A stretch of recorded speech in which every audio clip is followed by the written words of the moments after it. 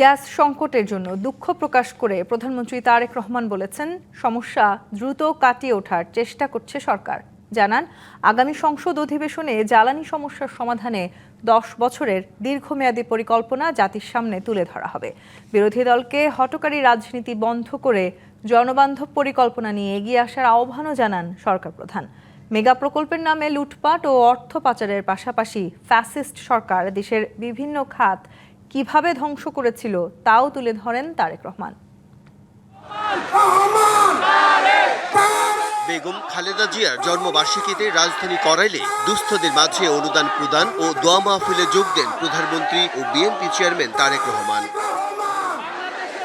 সরকার প্রধান গ্যাস সংকটের বিষয়টি স্বীকার করে বলেন, দ্রুতই এই সংকট কাটিয়ে ওঠার চেষ্টা চলছে। সমগ্র বাংলাদেশের মানুষ যে বিদ্যুতের কষ্ট পাচ্ছেন, আমি আন্তরিকভাবে তার জন্য দুঃখ প্রকাশ করছি।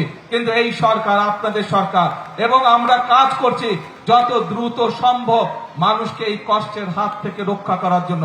আমরা আশা করছি সবকিছু ঠিকঠাক থাকলে আল্লাহর রহমতে, সবকিছু ঠিকঠাক থাকলে আল্লাহর রহমত থাকলে দ্রুতই আমরা এই অবস্থা থেকে মানুষকে বের করে নিয়ে আসতে পারবো। মানুষের কথা বলার অধিকার কেড়ে নেওয়া হয়েছিল বলেই গণ অভ্যুত্থানে ফ্যাসিস্ট সরকারের পতন হয়েছে বলে মন্তব্য করেন প্রধানমন্ত্রী। আরো বলেন, মেগা প্রকল্পের নামে অর্থ পাচার করেছিল এই সরকার। সেই স্বৈরাচার সময় আমরা দেখেছি সামগ্রিকভাবে সমগ্র বাংলাদেশের কি অবস্থা হয়েছিল এবং আমরা দেখেছি কিভাবে বাংলাদেশের অর্থনৈতিক ব্যবস্থাকে ধ্বংস করে দেওয়া হয়েছিল। বাংলা কিউআর, যেখানে নগদ পেমেন্ট সেখানে। সারা দেশে 10 লাখেরও বেশি মার্চেন্টে নগদে পেমেন্ট করুন খুব সহজে। আমরা দেখেছি কিভাবে যে মেগা প্রজেক্টগুলো বলা হয়, মেগা প্রজেক্টগুলো করা হয়েছিল, সেই মেগা প্রজেক্টগুলো কিভাবে তাদের নিজস্ব লোককে দেওয়ার মাধ্যমে 2 গুণ 3 গুণ 4 গুণ বেশি দামে করার মাধ্যমে এই দেশ থেকে অর্থ বিদেশে পাচার করে দেওয়া হয়েছিল। হঠকারী রাজনীতি বন্ধ করে জনগণের সামনে সুষ্ঠু পরিকল্পনা নিয়ে আসতে বিরোধী দলের প্রতি আহ্বান জানান তারেক রহমান।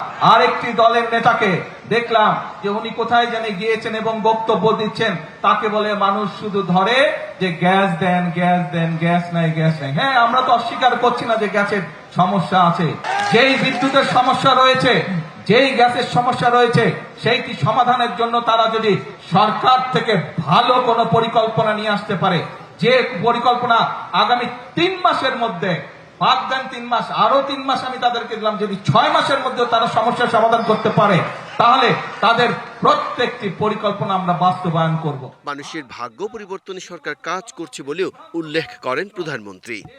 বিএনপি জনগণের কাছে জন্য কাজ করছে, বিএনপির পরিকল্পনা রয়েছে জনগণের জন্য। Bijan Kumar Das, DBC news, Dhaka.